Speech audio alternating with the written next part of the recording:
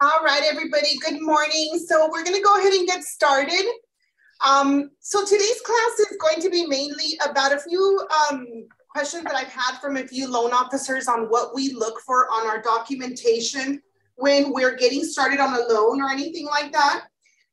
So I've had a few loan officers asking me to go ahead and kind of walk them through what we're looking for or looking at when we're looking at any type of documentation, whether it's for a refinance or a purchase. For today's option, I'm going through a little bit more of a purchase, especially because I know last week when we did the class with Daryl, he did mention that we should always take a look at certain things on the contract to go ahead and match them up with the appraisal.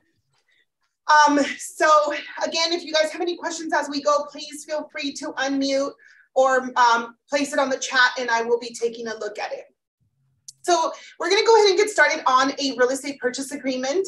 What you guys do want to look for here are several little aspects of it. The majority of us are not realtors or don't have a real estate license. So in reality, we don't have to interpret the RPA, but you do want to look for the terms that are going to affect your transaction. So of course, you're going to want to review your property address, make sure that your address is matching the documentation that you have and your borrowers are matching that documentation as well. Sometimes your agent might just go ahead and put one of your borrowers here because they're the ones buying the property, but let's say you have two borrowers. Well, in that case, they're going to require you to do an addendum to the RPA. So because you do have more than one buyer based on your qualification of your loan. So this is where you would know ahead of time, hey, my realtor put one buyer, but I have two. I'm going to need to have my realtor do an addendum to the purchase agreement, as well as escrow, create an escrow amendment. So you do want to make sure that you have all your buyers on here. Your property address does read as appropriate. If it is units, normally you do have what is called a residential income purchase agreement, which is your RIPA. Some realtors forget to use that. It's not going to affect your transaction, but you do want to make sure that you are spelling out your address as it does show on your property profile. Again, if it's not correct, it's a simple addendum to the purchase agreement that will correct this purchase agreement. As far as who's your agents, that does not really matter too much. But do keep in mind, we do check licenses when we're doing the contacts.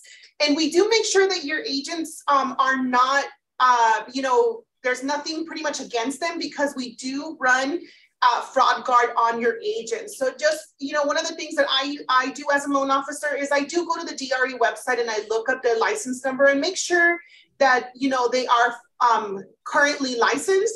If not, that's going to have to be amended as well. So I know it's not technically your job as an LO, but it is going to be something that does get checked when we do fraud guard. We do make sure your real estate agents are actually licensed and currently licensed.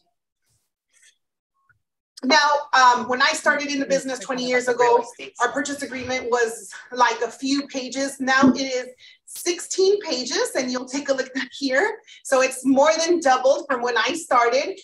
But what I do like about this is how your terms are spelled out. So this will be very, very clear and concise terms. You do want to make sure your purchase agreement is spelled out and it's matching the agreement that, you have on your 1003. I'm sorry, not your agreement, your purchase price. You do want to double check their loan amount. This is not going to affect you if it does end up changing in some type of way. But, just make sure that you do go ahead and check this, because if they're putting, whether it's FHA or conventional, again, some borrowers or some agents, because some sellers don't want to deal with FHA buyers, will leave it as not conventional, and they're going to miss some disclosures that need to be signed. So you want to double check that and make sure that they're marking whether it's FHA. Conventional is already the default, but you do want to make sure that this is marked correctly. Again, your agreement, once it's fully executed, is only amended by an addendum to the purchase agreement. Your down payment and your purchase price will automatically calculate for your realtor once they put these amounts in here. Of course, that it's fully signed by both buyer and seller. your purchase agreement date. This is important, and it's also up here in page 1, and it'll be on every single page. So you'll see that here, date prepared. The reason your purchase agreement date is important is because you want to make sure if this is a flip property, that your date is after that 90-day flip through. So basically it's gonna be on your 91st day is when your purchase agreement date can be dated. It cannot be dated before that, because then that's when you will have to redo it all. And if that has happened to me, so you'll basically have to get a new EMD, a new purchase contract, but all your documentation will actually have to be dated after your 90 days. So on your 91st day is when this can be dated. I've had it happen where we know that the 90 days just around the corner and we're gonna need to update that, but we wanna get certain things going. So like inspections, all that good stuff. So we do, discuss that with the seller's agent ahead of time and make sure that we can get that going. Now, like I mentioned, Daryl did mention for us to always take a look at this section here on what is included and or excluded from your purchase price.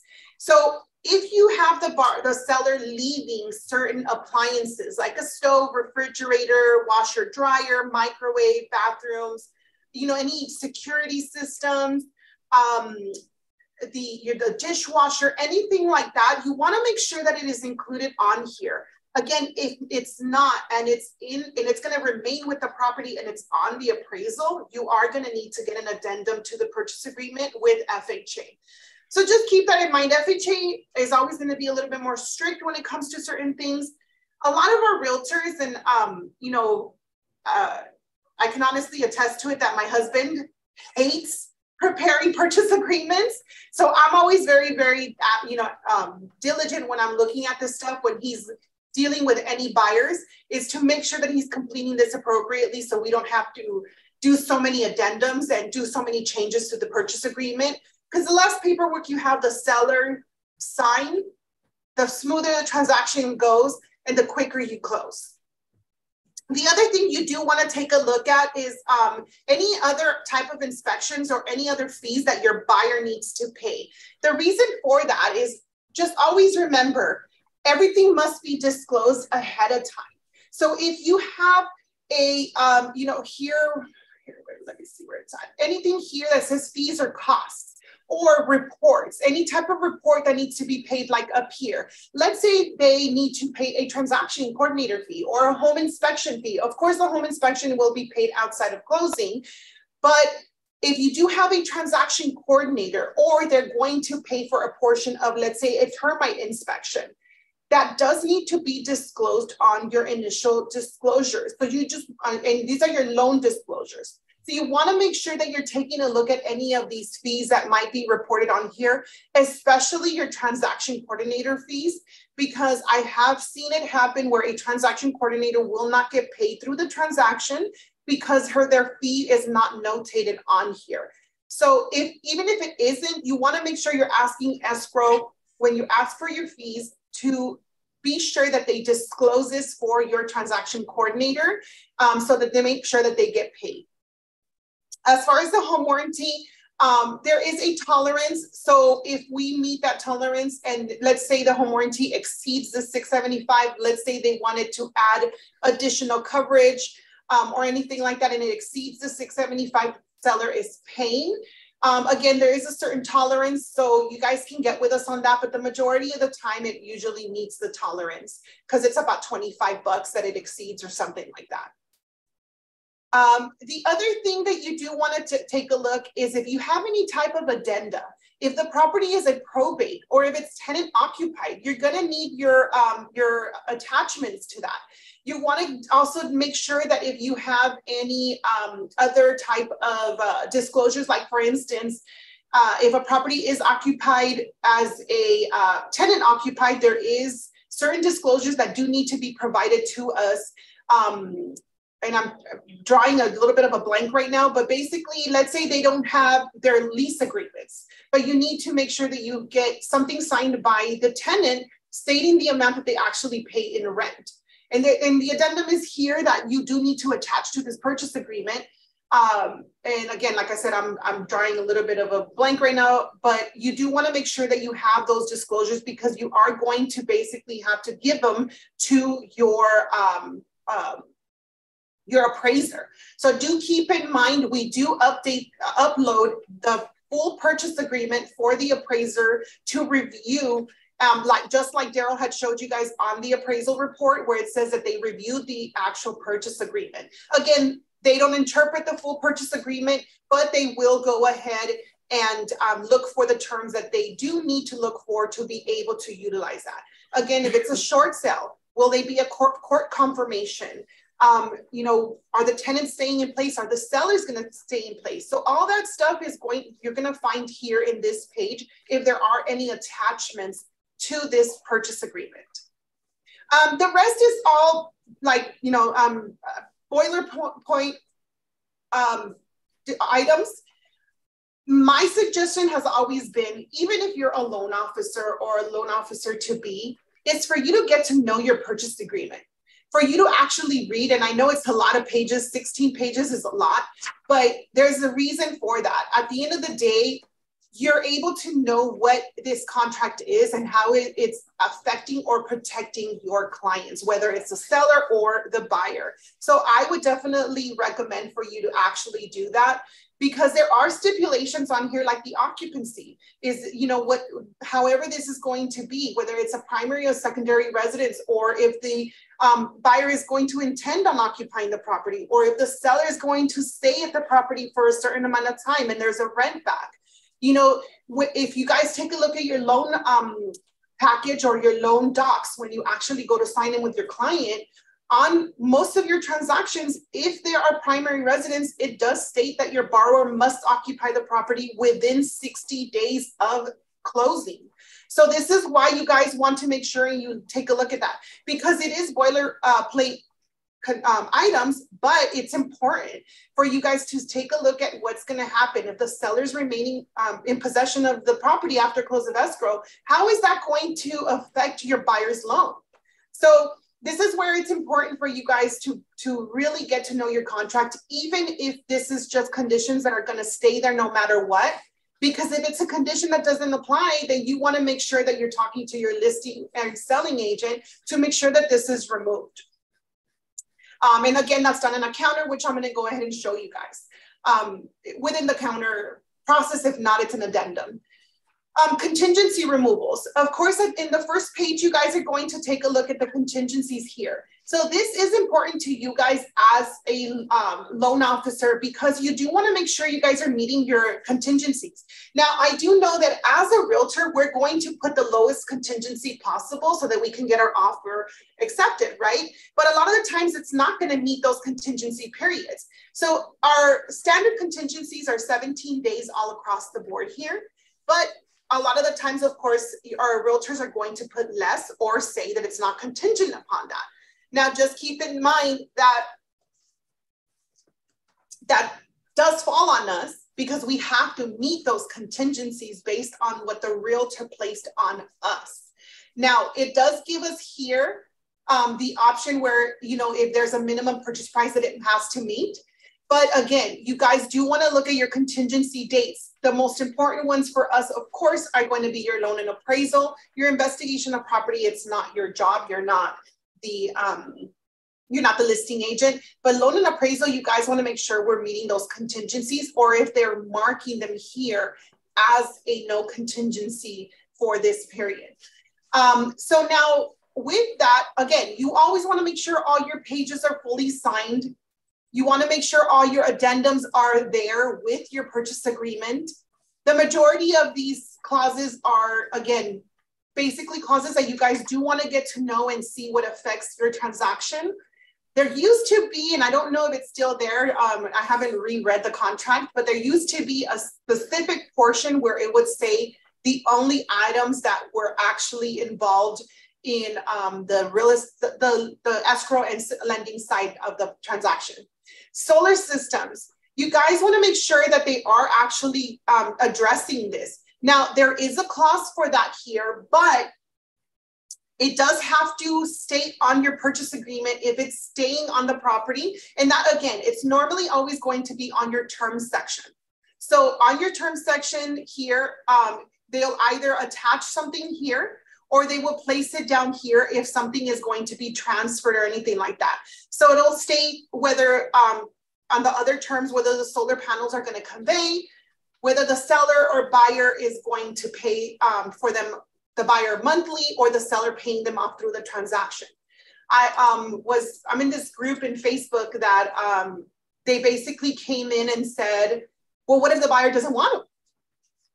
Well, now it becomes a whole nother issue where you're actually, we haven't encountered that here. Most of our buyers, if they go into the contract, they want to take them on, or they want the seller to pay them off. But if the buyer doesn't want them, now you're talking about a lot of different issues that may come up.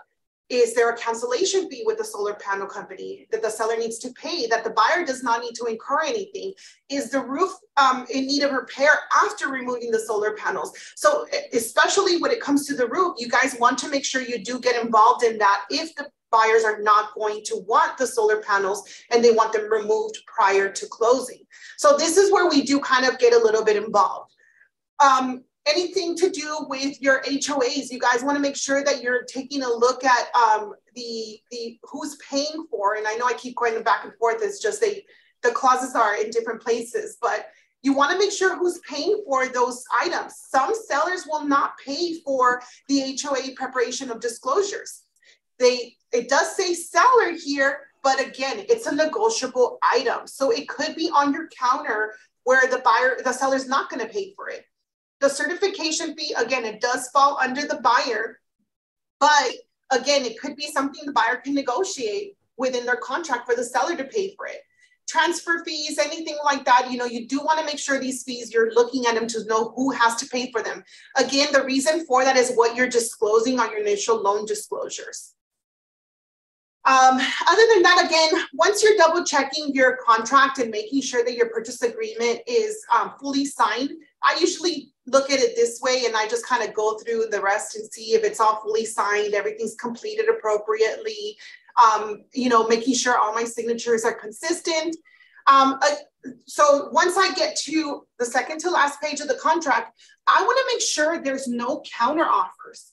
So keep in mind, we're still in the market where we're seeing where buyers are still, doing multiple offers. I'm sorry, not buyers, but sellers are receiving multiple offers.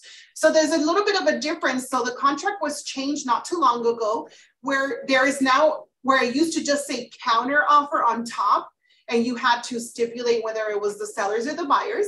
Now you have a seller counter offer or an SCO, or a seller multiple counter offer, which is an SMCO. And you also now have a buyer's, and which is not on here, but I'll show you too, a buyer's counter offer.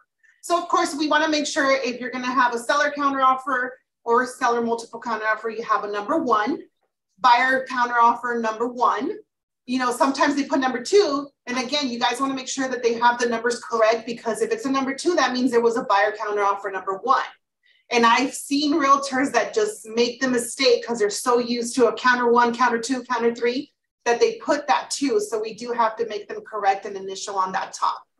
So you want to make sure that anything like here, whether it's an acceptance and there are no counter offers, or do you have this check mark here where it's a seller counter offer?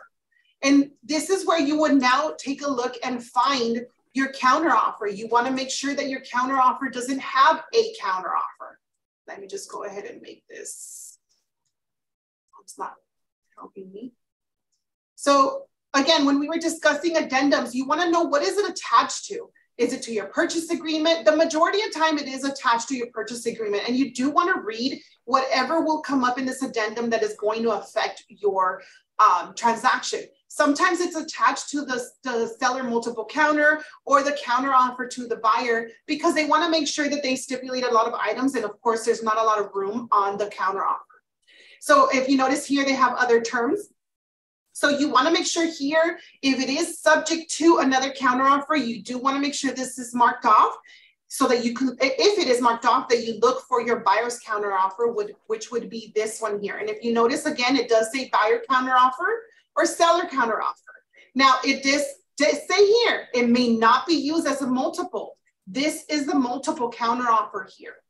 If you receive a multiple counteroffer, the seller signs in this section.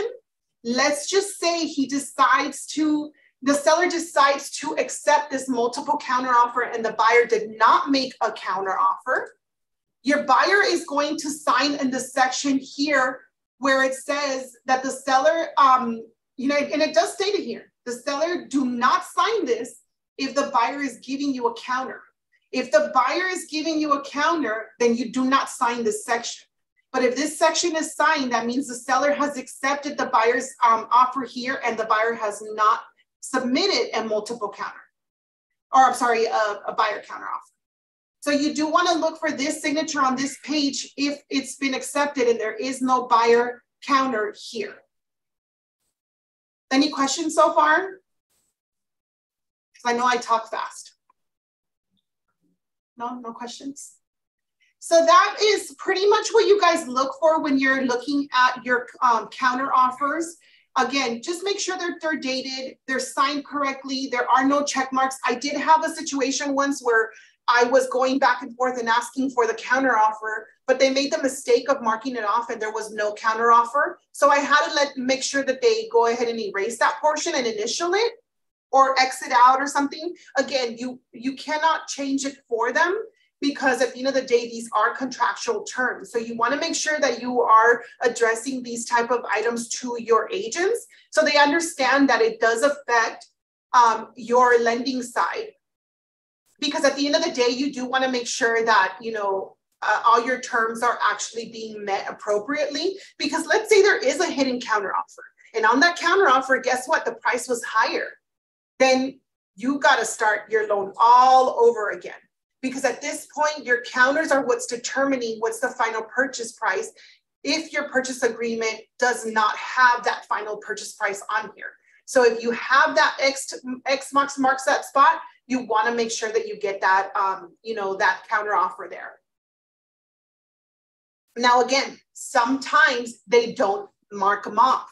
So you do want to make sure that you're double checking with your escrow company. Are there any counters to this purchase agreement? I don't see any attached, but I want to double check. I've had that happen before too, where they're like, oh, there's a counter and it's not marked off. Other thing that you do want to take a look at and make sure that you guys are getting your FHA amendatory clause, and it does have the purchase price here. The reason for that is because your underwriter is going to ask for it no matter what.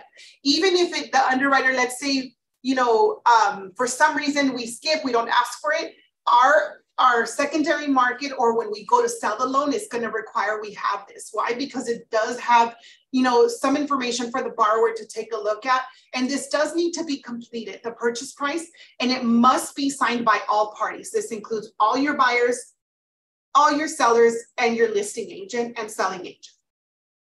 The other thing that you do want to have, and there is a clause on your purchase agreement, I did skip it earlier, but it says for your lead-based paint disclosure right here. If a property is built before 1978, they are going to require you to do what is called the FLD. The FLD is a disclosure that is provided again by the listing agent, and it must be fully signed and completed. Up here, all the information for that property, it is attached to the purchase agreement, so it has to have that date.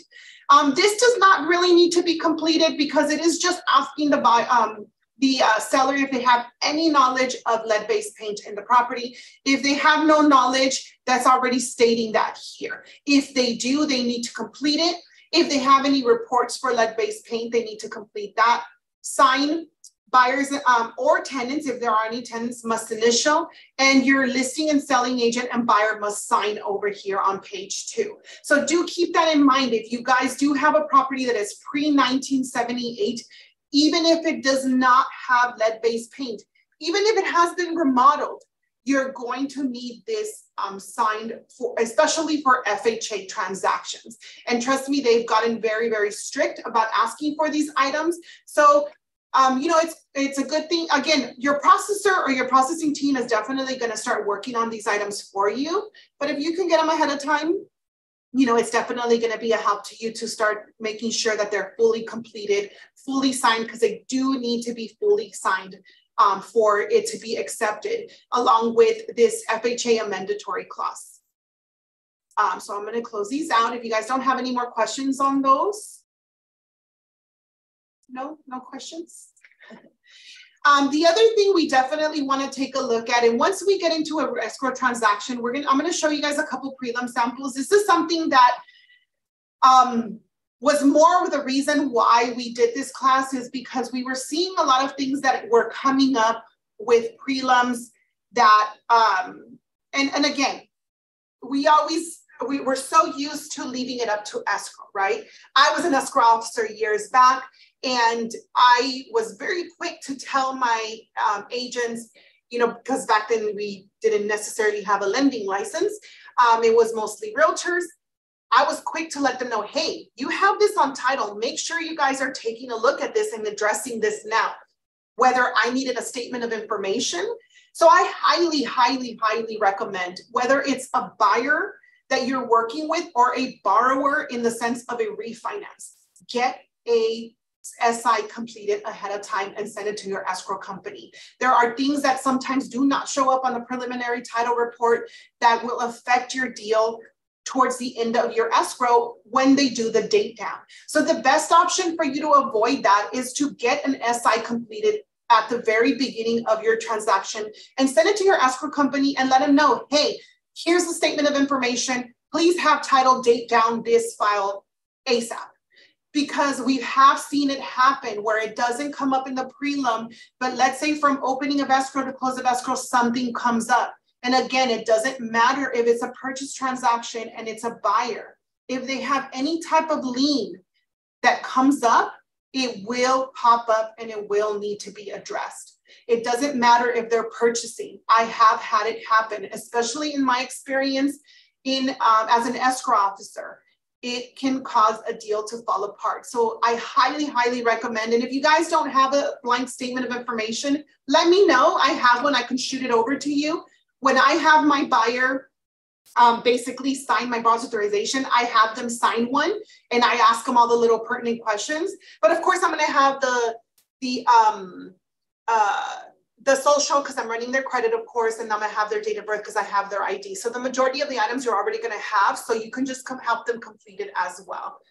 But before we get into that, one of the things you guys do wanna look at is whether it's a purchase or a refinance, you do wanna look at your property profile. And the reason for that is sometimes we skip through things that we don't notice, right? So for instance, in this case here, you wanna make sure your property owner matches your purchase agreement, or of course, if it's a refi, your refi. I had a situation where I saw here on your type of purchase, this is really cool because I don't, this is something that's definitely been popping up a lot. I had a situation where we had a borrower who was purchasing another property and had a current property. They were buying the other property as a secondary home, but she didn't let us know that she had just gotten a HELOC on a property. And the reason I noticed it is because I saw, you see here, it says 1, I saw that it said a 2 and it had another item. And they're like, no, we don't have another loan. We don't have another loan. And I'm like, wait a minute. Down here, I saw that it had a recent date, a recent recording date. And I'm like, well, that's weird because you just got that loan. So again, a HELOC can be an open-end line of credit. So we need to now gather information on if, in fact, that borrower actually owes on that second line of credit, or if they're going to borrow it from in the future. In this case, the borrower, they say it right, buyers are liars. The borrower actually pulled out a HELOC on her primary residence to buy the second home and had pulled that money out to use it as the down payment. But because she didn't think it was a big deal to disclose it, it was like, well, now your DTI is affected. So now I need to make sure I'm hitting you with that. So you do want to make sure that you're taking a look at that. Also, your bedroom bath count. You know, your bedroom bath count. You want to make sure you're looking at that only because let's say you do have a borrower that's buying a property that says that on title that it's a 2-1, but everything else is reading as a 3-2.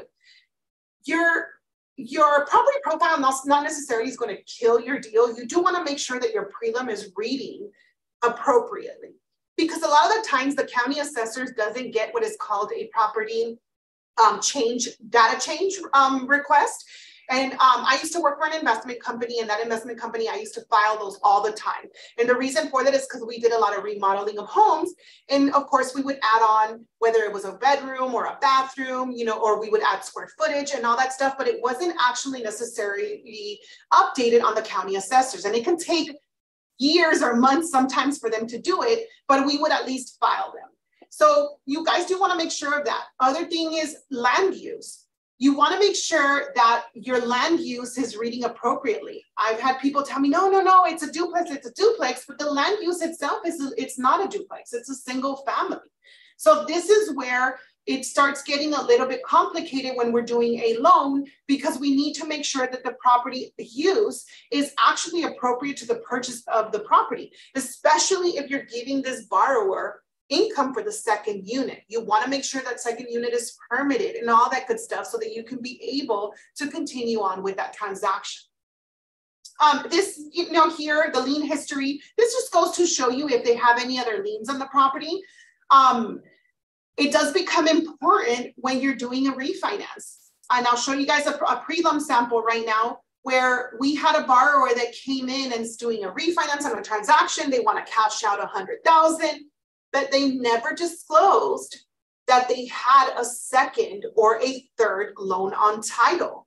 So when you get your prelim, it's super important for you guys to take a look at that, especially if your borrower is dead set on cashing out a certain amount. In this case, it had been over 10 years ago that she bought the property, so she might have forgotten. So, you know, we want to make sure that we're taking a look at our title as well as this here to make sure that that is meeting our, you know, our cash out especially. The other thing that I take a look at here on page 2 in the transaction history is you want to make sure, and I'm sorry guys, but they're doing work on the roof over here. And I started getting dizzy of the chemical smell. I'm like literally ready to pass out. It smells so bad in our office right now. It smells like chemicals. Sorry, 1 second. Sorry about that. I had to open our door because it's super, super, right? It smells a little. I don't know if it's me up here because I'm like, it's really bad. Anywho, you do, especially if you're doing a refinance, guys, you definitely want to take a look at that and look out for anything like this. Foreclosure, right? You know, if there's a notice of rescission, if there's a pre-foreclosure or anything like that. So make sure you guys are taking a look at that because you do want to make sure if that applies. Of course, you're going to see if it applies to your borrower. In this case, it was from the previous, but you do want to make sure that you're looking at that to make sure that you don't have any type of anything like this that is actually affecting your transaction. Any questions with regards to that? No, don't be shy, guys. I don't bite. Another thing that you guys do want to take a look at it that sometimes does not pop up here on your tax portion is if your property has mellow roofs. So not all the time are you going to see it here. Most of the time, you're just going to see your full tax amount. So make sure you guys are taking a look at that. Also, and I did not put a sample here, is also take a look at any other type of liens that may pop up that are like, you know, you might see like a little iffy or a little questionable, because you will see, and we had situations where we saw this tax amount that was either double or triple what a tax amount would be. Now, if that's the case, maybe your borrower or your seller got a hero loan or a PACE loan. Now, I've seen less and less of those type of loans nowadays, but a lot of these people get sold on, oh, you know, we're just going to use part of your equity to help you, you know, remodel your house. And it's only going to be, you know, pop up your payment about $200. in this particular situation with my sister who bought a property, she got super, super lucky. The sellers were selling because they could no longer afford their home. The reason for that is because they ended up getting three, not one, but three different Hero and PACE loans to remodel their home. They were lied to. And unfortunately, this happens a lot with Hero and PACE. They tell them their payment will go up only $200, when in reality, the tax amount gets reassessed. And it gets reassessed based on the amount that needs to be paid back or what was borrowed on those PACE loans. So, like I said, my sister got lucky. She ended up buying the property, and because the sellers couldn't afford it, but they had to pay off those PACE and Hero loans because of course, the borrower was not going to assume them. But the tax amount was about, I would say, 3 times the normal. So just imagine this $3,200 or $3,300 was almost $10,000 for them. So, if you do the math at, let's say, $3,300, divide that by 12, it's $275 a month. At $10,000, divide that by 12, you're talking about $833. That's not $200. You know what I mean? That's a $600 difference. For these borrowers, particularly that, where my sister bought her property, their payment increased over $1,000 a month. So this is why they could not afford that. Now, when it comes to a refinance transaction, if you have something like this where you have a PACE or Hero loan that the borrower is going to pay off through the refi, you do want to make sure that you're going based on your tax amount from previous years, because remember, your tax cert is going to, and I'm going to go into the tax cert right now, your tax cert is going to break that down for you. It's going to let you know what those assessments are there for, whether it's a PACE or Hero loan that is on that property. So you want to gather this information and subtract that amount and use that for the refinance for their future tax payment.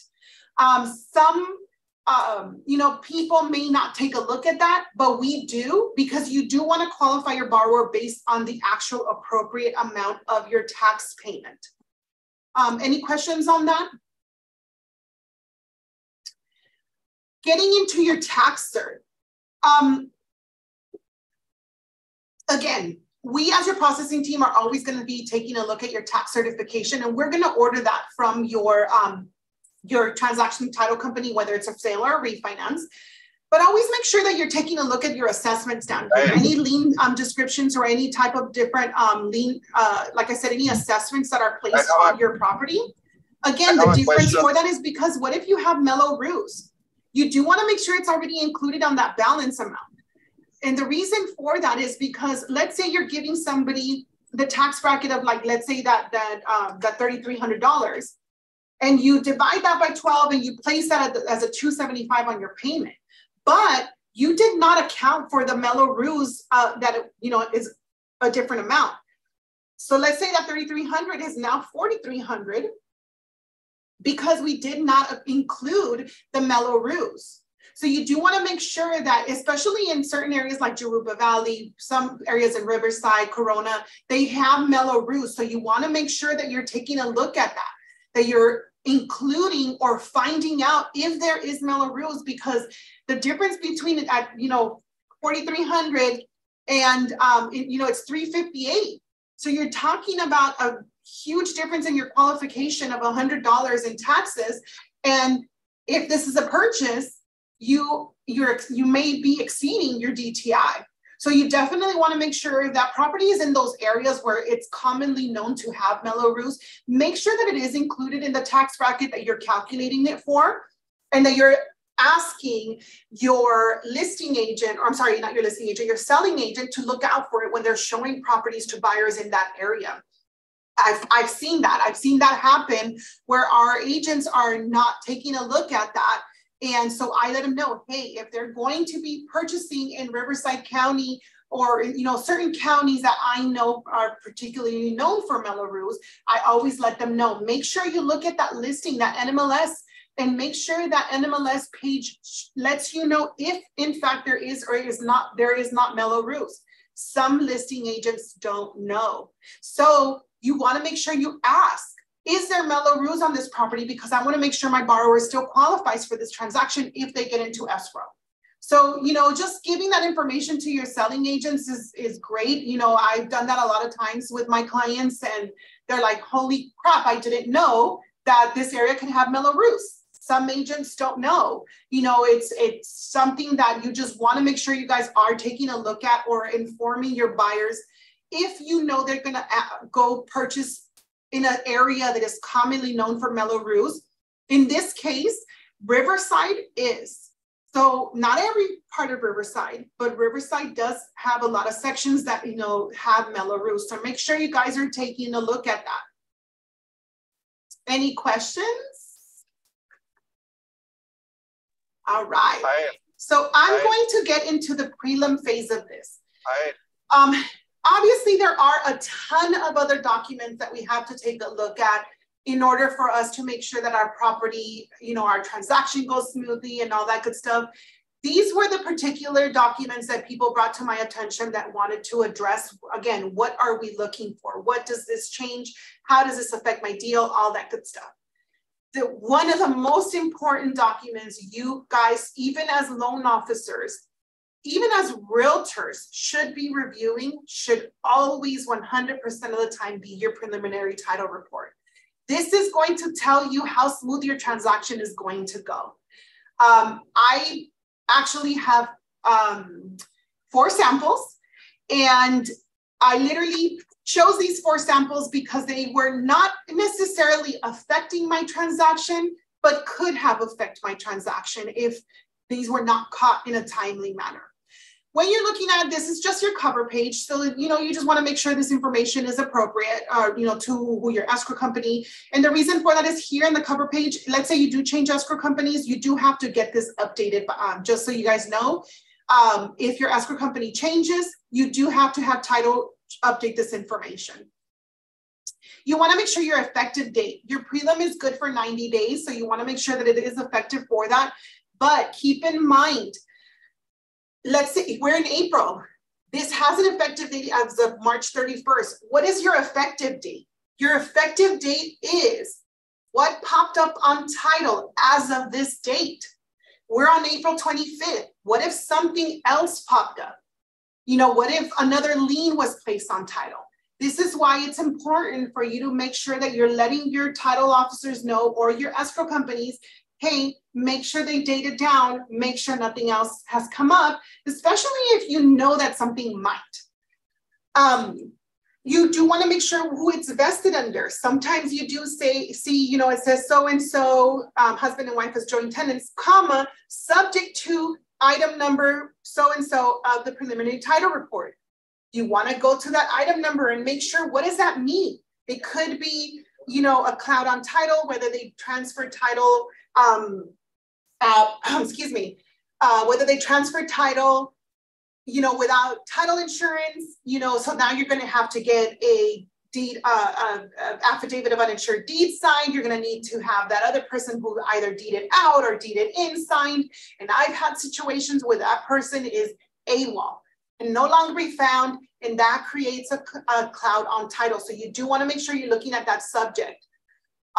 Your legal description is not super important for you to look at, but you do want to make sure that your city and county do match.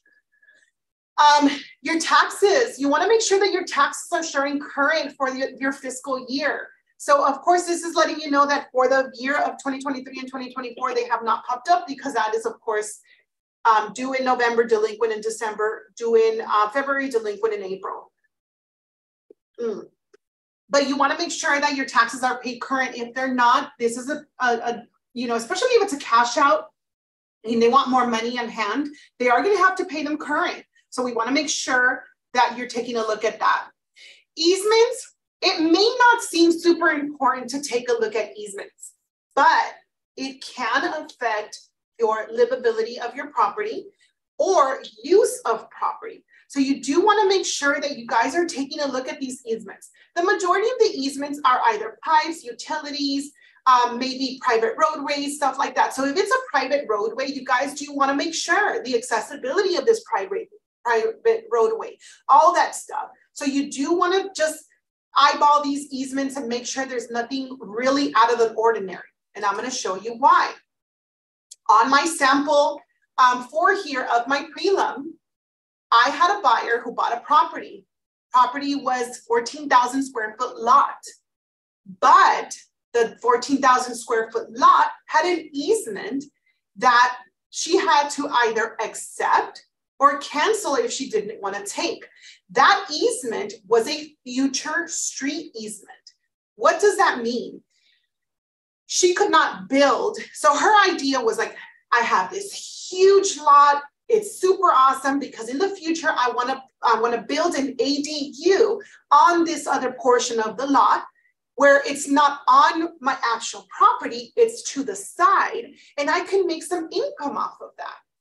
Well, little did she know that that certain portion of that lot she could not build on. Why? Because of the future street easement. What this basically did is it said, the city, we're not buying it off of you, but we're not going to let you do anything with it. So because we may or may not want to build a future street on that section of your property. So basically they restricted her being able to build that ADU on that section of her property and pretty much cut into her land. So it's basically stating, yes, you own 14,000 square feet, but a portion of that will maybe or maybe not belong to us. So it's unfortunate that at the end of the day, you know, she has to either fight this or again, she can either proceed with the transaction or not proceed with the transaction because this can or cannot affect her. So these are the reason why you do want to take a look at easements. A lot of us loan officers, we skip through them. We don't think of them, but if it affects the future livability or usability of your property, you want to make sure that you're taking a look at these easements and making sure your borrower understands what they're purchasing. Any questions? No? Covenants and conditions and restriction. The majority of the time you're going to see this, of course, on any HOA, any condos or PUD properties, but you do see them on single families. So it's not a huge, issue, but you do kind of want to see if there's any restrictions that may affect your loan. In this particular one, the cool part about prelims now is that they send it to you hyperlink, and you can see here that it actually, when you hover it over, it lets you know that it has a document attached to it. So you can click on it and take a look at it. You'd be surprised what you find. I mean, you still find, restrictions on race, religion, sex, you do, which is really crazy. There's not much you can do on it. But if it does affect your loan, you do want to just take a look at it and make sure that you address it with your underwriter or your processor to make sure it's not affecting your deal.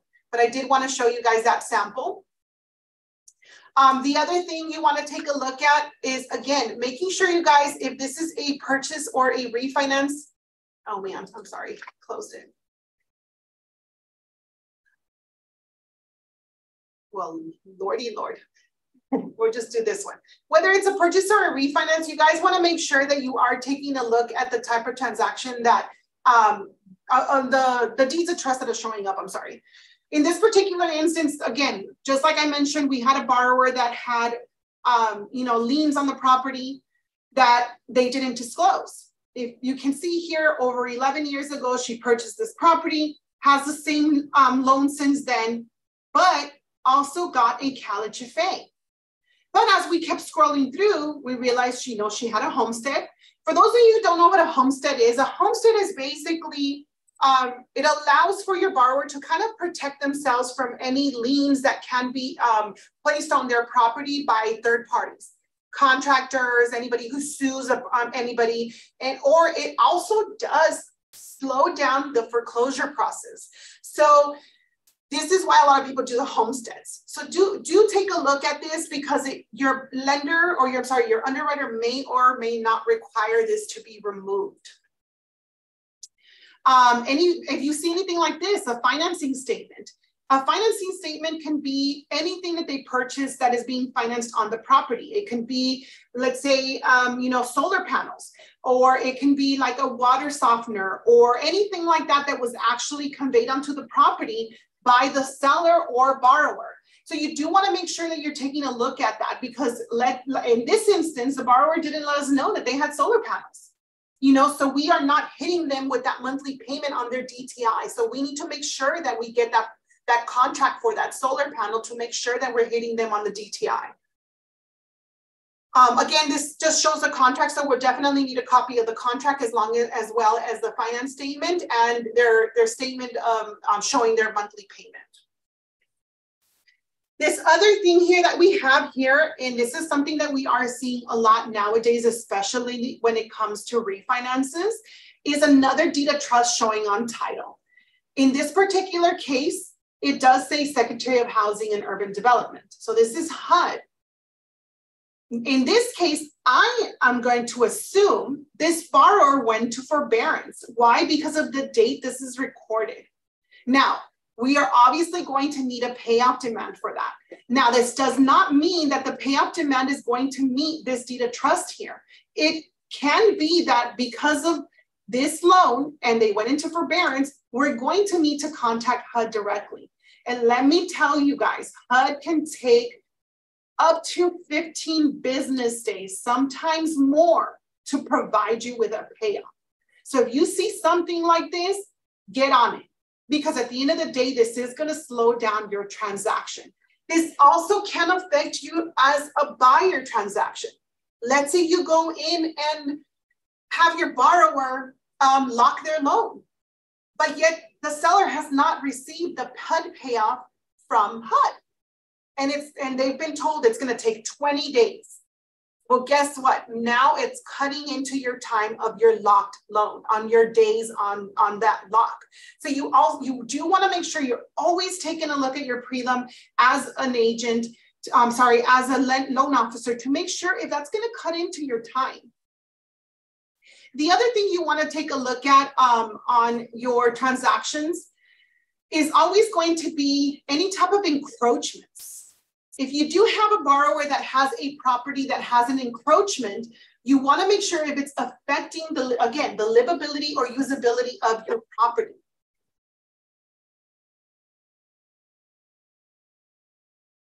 So this right here is particularly stating that it has already been surveyed and it's not going to be, that they're insured against any loss resulting in any of that.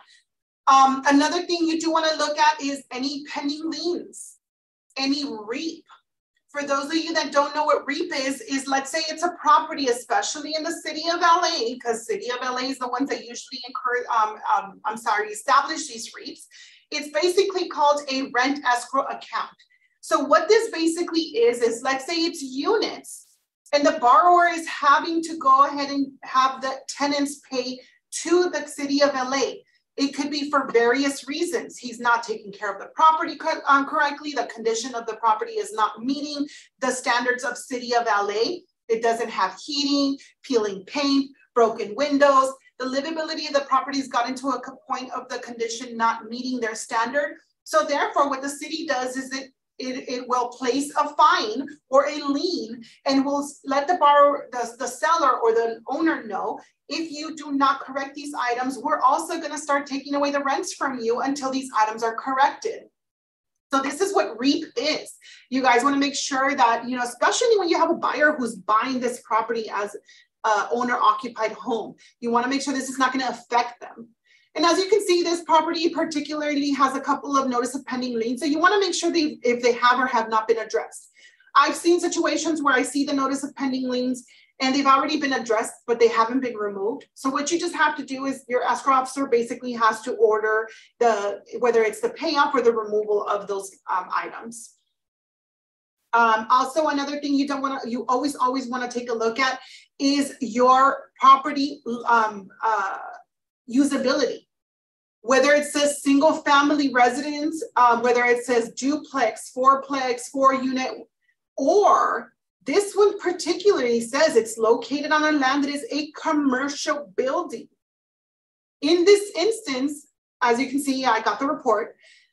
The actual property is a triplex, not a commercial building, but on title in the land use, it shows as a mixed use property. Can this affect my transaction? Yes. So you want to make sure that you're addressing these items and getting some information up front. Luckily, I have already closed this transaction before with, with a client, and we're doing, a refi on it or preparing for a refi on it. And I already know that I have the appraisal from the previous purchase that states that the property is a triplex. But again, you guys want to make sure you're looking at this because this can affect your transaction. Any other questions, guys?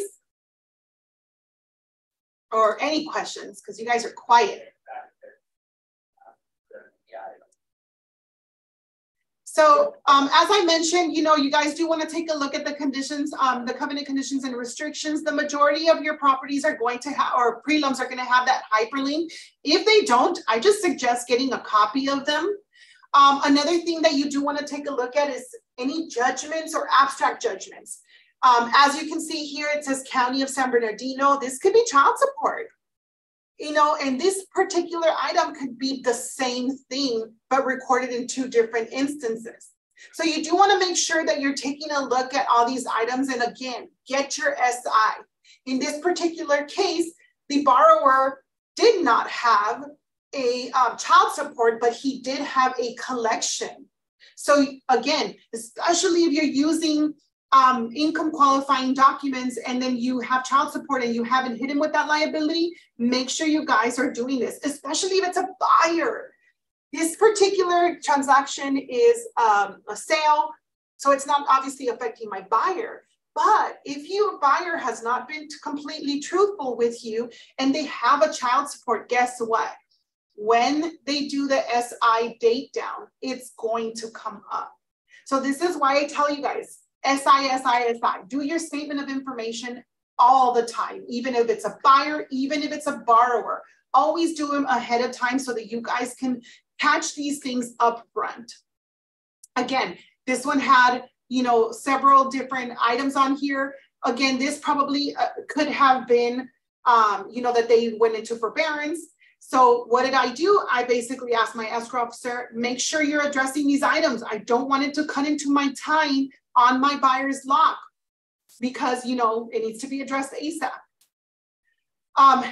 It's always a requirement section. Your requirement section is always going to tell you a statement of information is necessary to complete the search of title examination. Most title companies will be okay with you giving them the 1003 application because it has all the information that they need to be able to go ahead and do the date down because it has their social, date of birth, their address, all that good stuff. I did have a situation where I had a borrower who was a buyer and they did the date down at the very end because my escrow officer forgot to send the SI and I forgot to follow up, I'm gonna be honest, and they had a lien. And we had to address that before we closed. Luckily, they had proof of the lien paid off. We were able to show, title company, all that good stuff, all that. So it was we were able to match it up to show that it actually did belong to that lien that popped up. So it did not delay as much, maybe 1 or 2 days. But just keep that in mind, guys. Your title company will provide you with an SI or your escrow company. And if you guys need one, just make sure you let us know ahead of time and we can go ahead and get you a blank one that you can use all the time. Again, in your informational section, like I showed you on the other one, it'll always show whether it's a single family or commercial building. So just make sure you guys are taking a look at that. And that's in your informational section. It's always after all your exceptions. Anybody have any questions? I do. Yes, no, maybe so. Can you hear me? So that is it for today, guys.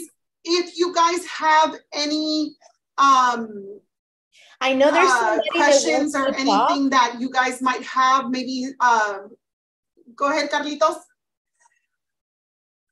Unmute, Carlitos.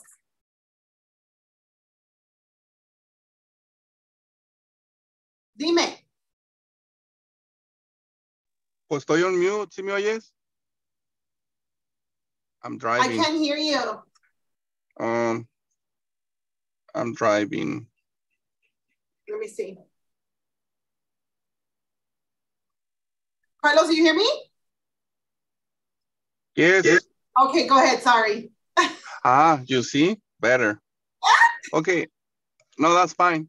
On tax certifications and taxes, property taxes, when it's a new developer, then there is only 3 houses built and the borrower wants to, buy when the house is going to be ready in 2 or 3 months later.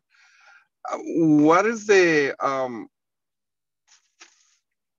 property taxes rate that you use? Because we usually use 1.25, but now the developer says, oh, you should use 1.9. So the reason for that is because it also depends on where they're buying. You do want to take a look, and I do have one, and I'll look for it because I used to have it when I was an escrow officer, that they give you a tax bracket for the area where they're purchasing. So the tax cert may not be available for that, but it can give you your tax rate on here. So because it might be a new build or future construction, it can give you that tax rate on here. And mind you, your underwriter can use their discretion to use that tax rate. And as we can see, this is a little bit lower than normal of 1.25, but you can always ask the developer to give you what their tax rate is or their tax rate. So yeah, that is a little bit different. And it is also case by case because it also depends on the city. And, of course, county, of course, what they're charging and their tax rate for that area. So I highly recommend you getting with your selling agent. This is why having a great relationship with your selling agent is super important because you do want to make sure you're asking all these questions ahead of time. But I highly recommend, yes, definitely ask your developer if they provide a tax rate. Because unfortunately, not always will you have a tax cert for a new build.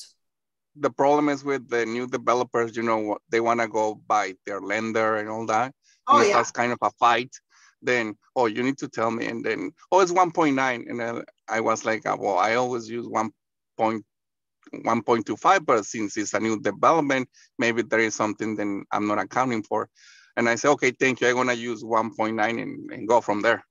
Yeah, and that's the bad thing. Unfortunately, yes, I've been in that situation before as well, where I have a borrower who gets sucked into that whole, well, if you go with our lender, and they're not happy, it ends up happening where they end up just not happy.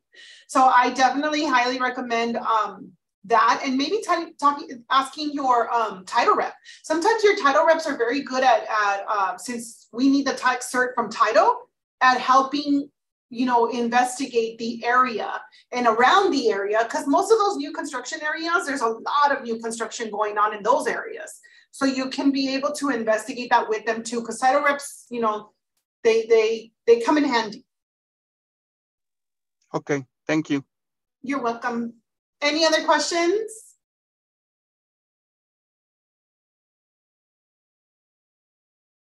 No, guys?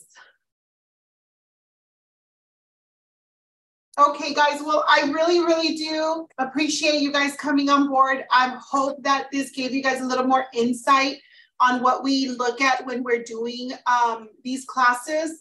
And the information that we provide you, we always try to make sure that we're giving you whatever information we can to make the transaction, quicker, easier, and, less hassles ahead of time, because we're always going to make sure that we do this to be able to help you guys close your deals faster. If you guys don't have any questions, I thank you guys so much for joining me, and look out by Thursday, I will get out the new calendar for next month, and we have a lot of cool stuff coming next month. So talk to you guys soon. Thank you. Thank you. Thank you, everybody, for attending. Thank you. Thank you.